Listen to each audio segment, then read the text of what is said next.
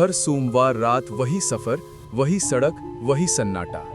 मैं एक truck driver हूँ, नाम रघुवीर। पिछले 15 साल से दिल्ली जयपुर हाईवे पर चला रहा हूँ। दिन में ये रास्ता बिल्कुल आम लगता है, पर रात में कुछ और ही बन जाता है। हवा सरसराती है। उस रात भी वही सोमवार था, आधी रात के बाद का वक्त। हेडलाइट की रोशनी बस उतनी ही दूर तक जाती जितनी डर की सरहद होती है। रेडियो पर पुराने गाने बज रहे थे, लेकिन दिल बेचैन था। तभी मैंने देखा, टोल प्लाजा से कुछ पहले सड़क के किनारे एक औरत खड़ी थी। सफेद साड़ी, खुले बाल, हाथ में कोई छोटी थैली।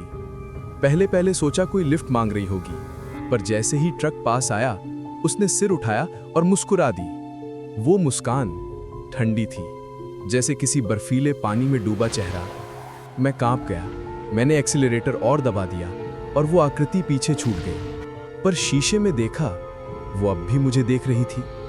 हर सोमवार मैं उसी वक्त वहां से गुजरता और हर बार वो वहीं खड़ी होती, बारिश में भीगती हुई, धूल में ढकी हुई, मगर हमेशा उसी सफेद साड़ी में। कदमों की आवाज। एक बार तो ऐसा हुआ कि मेरे ट्रक का टायर वहीं फट गया। मजबूरी में रुकना पड़ा। इंजन बंद, सड़क सुनसान, सिर्फ हवा और मेंढकों की आवाज। मैंने टॉर्च निकाली, नीचे झुका, और जैसे ही पीछे से कदमों की हल्की आवाज आई, दिल की धड़कन रुक सी गई। पीछे पलटकर देखा, वो वहीं थी, उतनी ही पास जितना डर का साया। भैया, आगे वाले मोड़ तक छोड़ दोगे? उसकी आवाज में कुछ अजीब था, जैसे किसी कुएं की गहराई से आती गूंज। मैं हकलाते हुए बोला, बैठ जाओ। वो चुपचाप आकर सीट पर बैठ गई। कोई गंध नहीं, कोई सांस नहीं, बस ठंडक, जैसे कमरे में अचानक किसी ने फ्रिज खोल दिया हो। मैंने ट्रक चलाया। रास्ता छोटा था, बस 5-6 किलोमीटर, पर वो सफर कभी खत्म ही नहीं हो रहा था। मीटर में सुई हिल रही थी, मगर सड़क वैसी ही। कहाँ उतरोगी? मैंने पूछा। वो बोली, बस अगले मोड़ पर। मोड़ आया, पर वो कुछ नहीं बोली, बस सामने देखती रही। फिर धीरे से बोली, भैया, यहां कोई नहीं रुकता ना? क्यों? मैंने पूछा। वो बोली, क्योंकि यहां से कोई लौटता नहीं। इतना कहते ही हेडलाइट झपकी और वो गायब। सीट खाली। ब्रेक मारी तो ट्रक हिल गया। बाहर उतरकर देखा, सड़क पर कोई नहीं था, लेकिन शीशे पर उंगलियों के निशान थे, गीले और ठंडे। मैं कांप गया। ट्रक दोबारा स्टार्ट किया और सीधा टोल प्लाजा पहुंचा। वहां का चौकीदार मुझे देखकर बोला, रघुवीर भाई, फिर से देर से आ गए? मैंने कहा, हां, रास्ते में एक औरत को देखा, लिफ्ट मांग रही थी।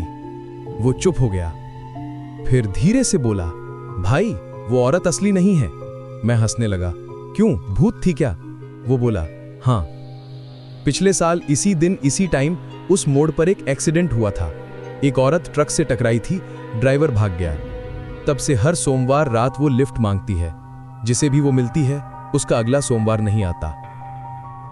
दूर घंटी। मेरा चेहरा सफेद पड़ गया। मैंने कहा, मगर मैं तो हर सोमवार आता हूं, मुझे कुछ नहीं हुआ। वो मुस्कुराया। कभी ट्रक में अकेले बैठे हो? उसकी बात सुनकर रगों में बर्फ जम गई। मैंने पीछे देखा, ट्रक की खिड़की पर धुंध जम रही थी, जैसे किसी ने अंदर से सांस ली हो। उस रात घर नहीं गया। टोल के पीछे खड़ा होकर बस सिगरेट पीता रहा। हर हवा के झोंके में वही आवाज घुली, भैया, आगे वाले मोड़ तक छोड़ दोगे? अगले सोमवार मैं फिर उसी रास्ते से गुजरा, पर इस बार मैंने नजरें झुका ली। पर आंखें झुकाने से क्या होता है, वो फिर भी दिख जाती है। अब तो लगता है वो सिर्फ सड़क पर नहीं, मेरे भीतर भी खड़ी है। रात को नींद नहीं आती। खिड़की के बाहर ट्रक की हेडलाइट जैसा उजाला दिखता है। कभी कभी किसी कोने से वही गीली उंगलियों के निशान उभर आते हैं। टोल का चौकीदार अब मुझसे दूर रहता है। एक दिन उसने कहा, भाई, उस मोड़ पर अब कोई औरत नहीं दिखती, बस तुम्हारा ट्रक दिखता है और उसमें 2 साए। मैंने कहा, 2? वो बोला, हां, एक तुम और एक पीछे वाली सीट पर बैठी औरत। अब मैं हर सोमवार निकलता हूं, लेकिन ये नहीं जानता कि मैं जिंदा हूं या बस वही सफर बार बार दोहरा रहा हूं। हाईवे वही, हवा वही, और हर बार वही आवाज। दरवाजा चरमराया। कभी अगर रात को उस टोल प्लाजा से गुजरना और सड़क किनारे सफेद साड़ी में कोई दिखे, तो मत रुकना।